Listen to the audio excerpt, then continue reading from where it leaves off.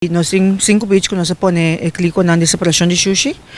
Na Sorbonne tabayendo Bohopibong, na Atlantis Tambe, y Lac Bay.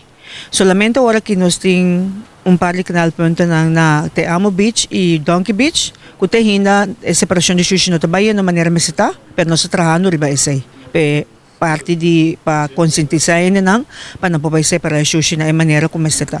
Ora ba bisana que não está baiando bom, ba referi ko separação não está baiando bom after tirando sushi ng keto bai una guta.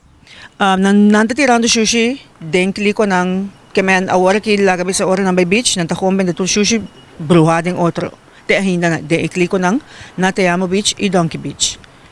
Essa ita dos nang ku masting problema eknel punta ng awara ki. Si, esay nang.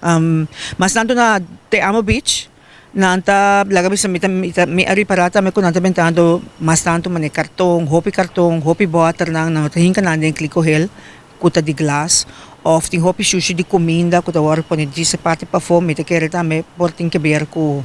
Ting dos stand ko patano sing ko asir kanan tame pa bisa nang panang separa sushi, manera mesita.